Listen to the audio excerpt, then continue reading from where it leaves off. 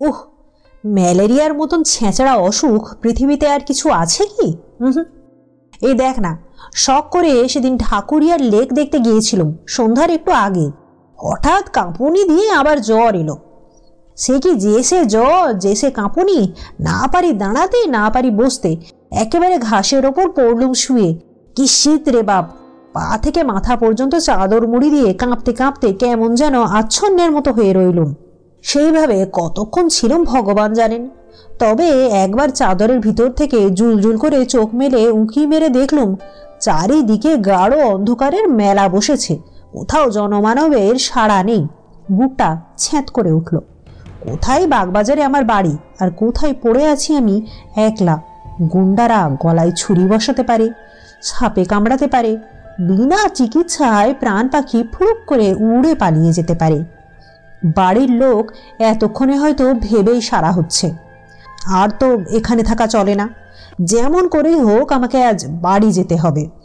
অনেক কষ্টে উঠে দাঁড়ালুম। গায়ের ভিতর দিয়ে তখনও যেন আগুনের ঝলক ছুটছে। চোখের সামনে দিয়ে যেন রাশি রাশি সর্ষে ফুল নাচতে নাচতে একবার আঁধার সাগরে ডুবে যাচ্ছে, আর একবার ভেসে ভেসে উঠছে। প্রতিবার পা ফেলি আর মনে হয় এই বুঝি আমি দড়াম করে পপাত ধরণীতল হলুম। তবু থামলুম না, মাতালের মতো টলতে টলতে এগিয়ে চললুম। রাত ঝাঁঝা করছে। সে রাত্রে আমি প্রথম বুঝতে পারলাম পৃথিবী কত বেশি স্তব্ধ হতে পারে। শহরের হট্টগোলে রাগ হয় বটে, কিন্তু এ স্তব্ধতাও সহ্য করা অসম্ভব। একটা ব্যাঙ কি একটা ঝিঝি পোকা কি একটা পাহারাওয়ালার নাক পর্যন্ত রাখছে না। গাছের পাতায় বাতাসের একটু নিঃশ্বাস পর্যন্ত শোনা যাচ্ছে না। সারি সারি কোম্পানির আলোর থামগুলো নীরবে দাঁড়িয়ে জ্বলন্ত চোখে যেন থমথমে অন্ধকারকে নিরীক্ষণ করছে। ভূতের গল্প শুনতে আমরা কে না ভালোবাসি। ভূতের গল্প শুনে ভয় পেতেও যেমন ভালোবাসি, আর ভূতের গল্প শুনতেও ভালোবাসি। ভয় যতই লাগুক না কেন, ভূতের গল্প পেলে কিন্তু আমরা শুনতে সেটা ছাড়ি না। সেই রকমই একটা ভূতের গল্প নিয়ে হাজির হয়েছি। লিখেছেন হেমেন্দ্র কুমার রায়। গল্পের নাম কঙ্কাল সারথি।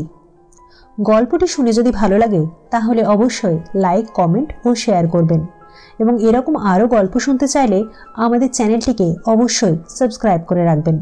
শুরু করছি আমাদের আজকের গল্প কঙ্কাল সারথি।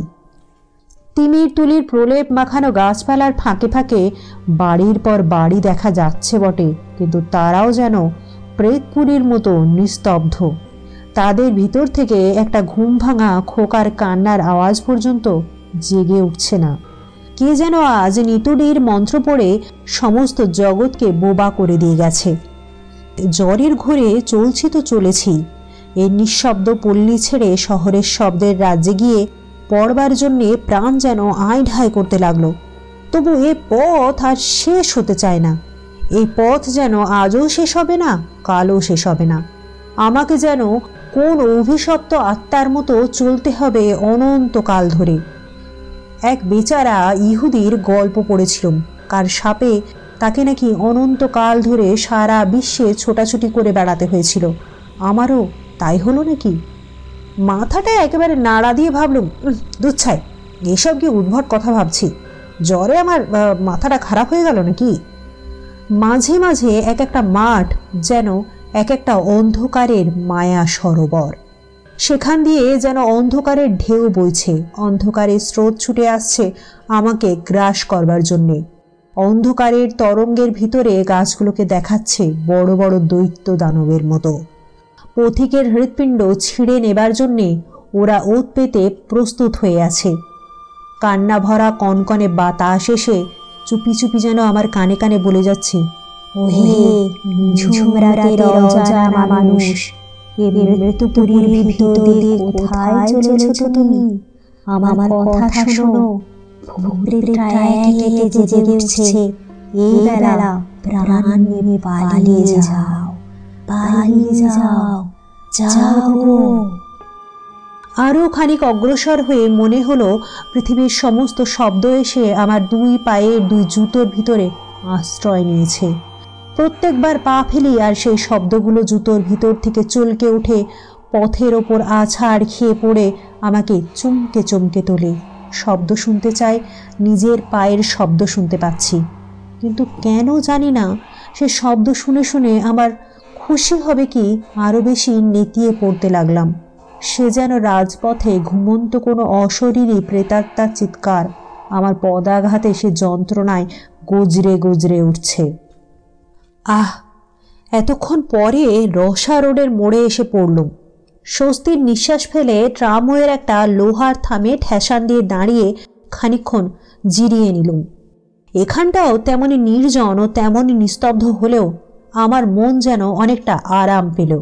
এই যে ট্রামের রাস্তা, এই পথ ধরে সিধে গেলেই যত মাইল দূরেই থাক আমাদের পাড়া বাগবাজার পাওয়া যাবেই যাবে। খানিক দূর এগুতে পারলেই লোকজনের সাড়া পাবো নিশ্চয়। আর ট্রাম ও বাস বন্ধ হলেও ট্যাক্সি মেলাও তো অসম্ভব নয়। তখন জ্বরে আমার চোখ ছলছল করছে, কান করছে ভোঁ ভোঁ, আর মাথা ঘুরছে বোঁ বোঁ করে। বারবার ইচ্ছে হতে লাগলো পথের ওপরে লম্বা হয়ে শুয়ে পড়বার জন্য। কেবল বাপ মায়ের বিষণ্ণ মুখের কথা ভেবেই মনে সে ইচ্ছা দমন করলুম অনেক কষ্টে। নিজে নিজেই বললুম, মন, তুমি শান্ত হও। এই পথের শেষেই আছে তোমার বাড়ি, তোমার আত্মীয় স্বজন, তোমার নরম তুলতুলে বিছানা। কোনো রকমে চক্ষু মুদে এই পথটুকু পার হতে পারলেই ব্যাস, সকল কষ্ট, সকল ভাবনার অবসান। হঠাৎ দূর থেকে একটা শব্দ জেগে উঠে চারিদিকের নিস্তব্ধতার মুখে যেন ভাষা দিল। ঘর ঘর ঘর ঘর করে একটা বাজ ডাকার মতন শব্দ আমার দিকে এগিয়ে আসছে। তারপরে শুনলুম ভিপুর আওয়াজ, ভোঁপ ভোঁপ ভোঁপ। ট্যাক্সি না বাস? আহ্লাদে চাঙ্গা আর সোজা হয়ে দাঁড়িয়ে পথের দিকে তাকিয়ে রইলুম। তারপরেই দেখা গেল নিচে দুটো আর উপরে একটা আলো। তিনটে আলো দেখে বুঝলুম ট্যাক্সি নয়, বাস আসছে। তাহলে জ্বরের ধমকে আমি ভুল বুঝেছিলাম। বাস যখন চলছে তখন রাত খুব বেশি হয়নি, কিন্তু আশ্চর্য, এরই মধ্যে এই অঞ্চলটা এমন ভয়ানক নিস্তব্ধ হয়ে পড়ে। বাবা, আমার কলকাতার গোলমাল বেঁচে থাক, এই অঞ্চলে আমার ভদ্রলোক বাস করে। কিন্তু বাসের আলো অত বেশি জ্বলছে কেন? সামনে সারা পথে সে যেন আগুনের ঢেউ বইয়ে ছুটে আসছে। আর এই নিরালা পথে অত জোরে ভেপু বাজাবারই বা কী দরকার? এ অঞ্চলে সন্ধ্যের পরেই ঘুমকাতরে লোকগুলোর কানে যে তালা ধরে যাবে। ঊর্ধ্বশ্বাসে ছুটতে ছুটতে ধুলোয় ধুলোয় পথ অন্ধকার করে একখানা রাঙা টকটকে মস্ত বড় বাস আমার কাছে এসে হঠাৎ দাঁড়িয়ে পড়ল, এবং সঙ্গে সঙ্গে একজন তীব্র তীক্ষ্ণ স্বরে চেঁচিয়ে উঠল, ধর্মতলা, ওয়েলেসলি, শ্যামবাজার। আমি তাড়াতাড়ি বাসে উঠে একখানা গদি মোড়া আসনের ওপর গিয়ে ধূপ করে বসে পড়লুম। হোক শ্যামবাজারের বাস, এই স্তব্ধ মরার মুল্লুক থেকে এখন তো সরে পড়ি। শ্যামবাজার থেকে বাগবাজার পায়ে হেঁটে যেতে এমন বিশেষ দেরি লাগবে না। কিন্তু কেন জানি না বাসের ভিতরে ঢুকে আমার বোধ হলো আমি যেন এক জগৎ ছেড়ে আর এক অচেনা জগতের ভিতর প্রবেশ করলুম। বাস ছুটছে, তার ভিপু বাজছে, এত বেগে বাস ছুটছে তার জানালাগুলো সব খোলা রয়েছে, অথচ বাহির থেকে বাতাসের একটুখানি ঝলক পর্যন্ত আমার গায়ে লাগছে না। ভারী অবাক হয়ে গেলাম। আমার জ্বর কি এত বেশি উঠেছে যে দেহের অনুভব করবার ক্ষমতাটুকুও আর নেই? পথ তেমনি নির্জন আর নিঃসার, কিন্তু বাতাসও কি আজ ঘুমিয়ে পড়েছে?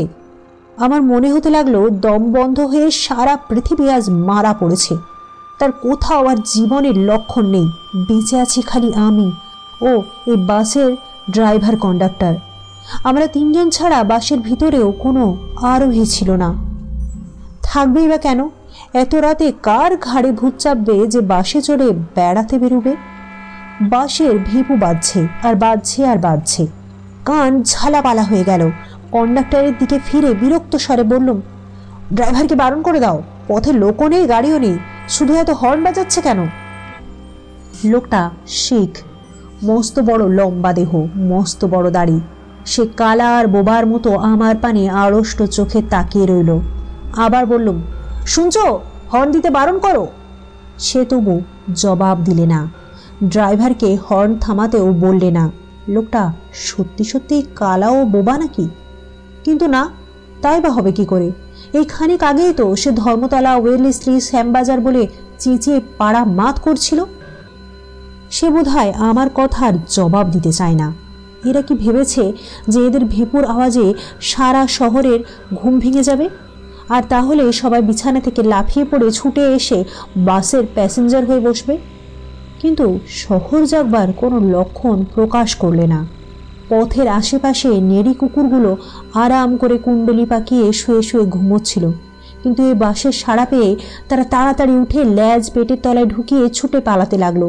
মহা ভয়ে কেউ কেউ কেউ কেউ করে কাঁদতে লাগলো।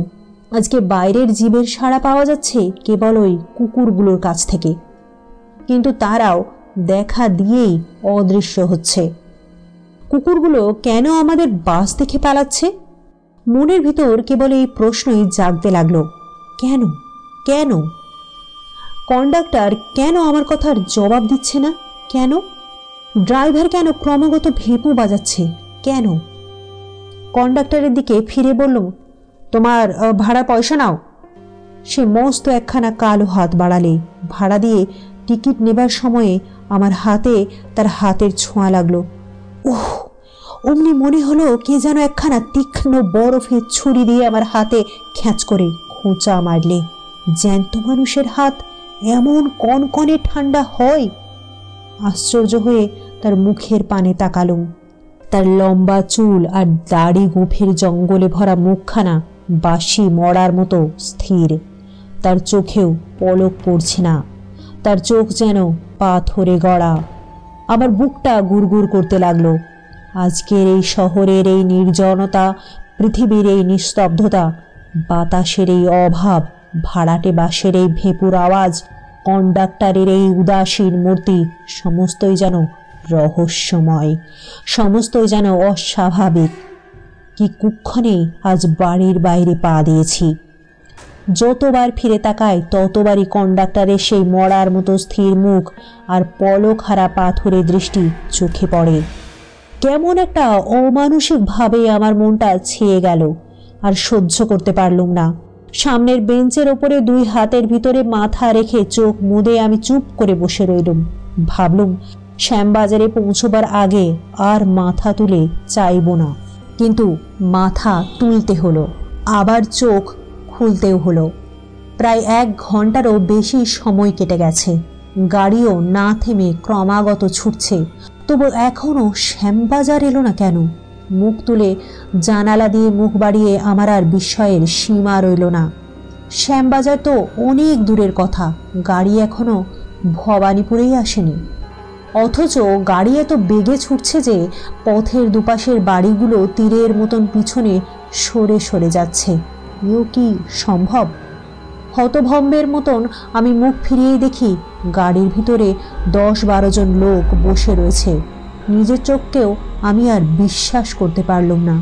আমি হলপ করে বলতে পারি এতক্ষণের ভিতরে গাড়ি একবারও থামেনি, তবু কোত্থেকে এরা এলো? কখন এরা গাড়িতে উঠল? একে একে সকলকার মুখের পানেই তাকিয়ে দেখলুম সব মুখই মরার মতন স্থির নির্বিকার, সব চোখের পাথরে দৃষ্টি আড়ষ্ট হয়ে আছে। কে যেন শ্মশান থেকে কয়েকটা মৃতদেহ তুলে নিয়ে এসে বেঞ্চের ওপরে সারি সারি বসিয়ে দিয়ে গেছে। তাদের ভিতরে বাঙালি আছে, খোট্টা আছে, সাহেব আছে, কিন্তু তারা সবাই চেয়ে আছে আমার দিকেই। সেই চাউনিতে কোনো ভাবের আমেজ নেই। সেই চাউনি যেন চাউনিই নয়, অথচ সে চাউনি দেখলেই গা ছমছম করে, দেহের রক্ত ঠান্ডা হয়ে যায়। তাদের চাউনি যেন চোখের ভিতর দিয়ে আসছে না, আসছে আলোকের ওপার থেকে, অন্ধকারের আত্মার ভিতর থেকে। যে দেশে জ্যান্ত মানুষ নেই সেই দেশ থেকে, ভাবহীন অথচ ভয়ানক তাদের সেই চাহনি। আর এক আশ্চর্য ব্যাপার এই যে গাড়ির ঝাঁকুনিতেও তাদের কারোর দেহ একটুও নড়ছে না। গাড়ির ভিতরে বসেও তাদের দেহ যেন গাড়িকে না ছুঁয়ে শূন্যে বিরাজ করছে। মনে হতে লাগলো আমার অজ্ঞাতসারে যেন হঠাৎ তারা গাড়ির ভিতরে উড়ে এসে জুড়ে বসেছে, তেমনি হঠাৎ তারা আবার হাওয়া হয়ে হাওয়ার সঙ্গে মিলিয়ে যেতে পারে আমার অজান্তেই। যেন তারা ছায়ার কায়াহীন অনুচর, দেখা দেয় ধরা দেয় না। আমার স্বাভাবিক দৃষ্টি আবার পথের দিকে ফিরিয়ে নিলাম। গাড়ি তেমনি হেঁচকি তোলা আওয়াজের মতন ভেপুর শব্দ করতে করতে তীর বেগে ছুটেছে, কিন্তু তখনও ভবানীপুর আসেনি। আমি শ্যামবাজার না সোজা জমালয়ের দিকে চলেছি। কি এক দুঃসহ অজানা টানে অস্থির হয়ে চোখ আবার গাড়ির ভিতরে ফেরালাম। গাড়িতে ইতিমধ্যে লোকের সংখ্যা আরও বেড়ে উঠেছে। নতুন লোকগুলোও স্থির নেত্রে আমার দিকেই তাকিয়ে আছে। সমস্ত গাড়ির ভিতরে একটা বোটকা গন্ধ ভেসে ভেসে বেড়াচ্ছে, যেন বাসি মরার গন্ধ। হাসপাতালের মরার ঘরে গিয়ে আমি একবার এই রকম গন্ধই পেয়েছিলাম। আমার সর্বাঙ্গে কাঁটা দিলে বুকের কাছটা শিউরে উঠতে লাগলে। আমি কি জেগে আছি না স্বপ্ন দেখছি? আর থাকতে না পেরে হঠাৎ চেঁচিয়ে উঠে বললুম, এই কন্ডাক্টর, গাড়ি বাঁধো, গাড়ি বাঁধো। কন্ডাক্টর কোনো সাড়া দিলে না, গাড়ি থামাবারও চেষ্টা করলে না। আবার বললুম, গাড়ি বাঁধো, গাড়ি বাঁধো, কিন্তু ফল হলো না। রেগে দাঁড়িয়ে উঠে কন্ডাক্টরের দেহ ধরে আমি নাড়া দিতে গেলাম, কিন্তু তাকে ছুঁতে পারলুম না। চোখের সামনে তাকে স্পষ্ট দেখতে পাচ্ছি, কিন্তু তাকে স্পর্শ করতে পারছি না। সে দেহ যেন হাওয়া দিয়ে তৈরি। হঠাৎ গাড়ির সব লোক একসঙ্গে অট্টহাস্য শুরু করে দিলে। সে অদ্ভুত বিভৎস হাসি আসছে যেন অনেক দূর থেকে, অনেক আকাশ বাতাস ভেদ করে, সমুদ্র পাহাড় প্রান্তর পার হয়ে, অনেক নরকের অন্ধকারে ডুব দিয়ে। অথচ তার আওয়াজ এত স্পষ্ট যে আমার কান যেন ফেটে যাবার মতন হলো। আমি পাগলের মতন চিৎকার করে বললুম, গাড়ি থামাও, গাড়ি থামাও, জলদি থামাও, এই ড্রাইভার। গাড়ি থামানো ঘন্টার দড়ি ধরে আমি ঘন ঘন নাড়তে লাগলাম। ড্রাইভার এতক্ষণ পরে আমার দিকে মুখ ফেরালে। সে মুখে এক তিলও মাংস নেই। সে মুখ সাদা ধপধপে হাড়ের মুখ।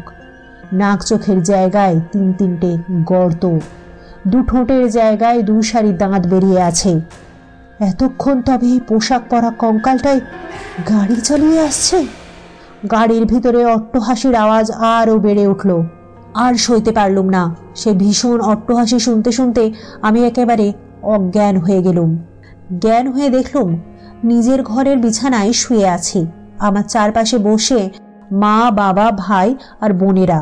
শুনলুম আমি নাকি রসা রোডের ফুটপাথের ওপরে জ্বরের ঘোরে বেহুশ হয়ে শুয়েছিলাম।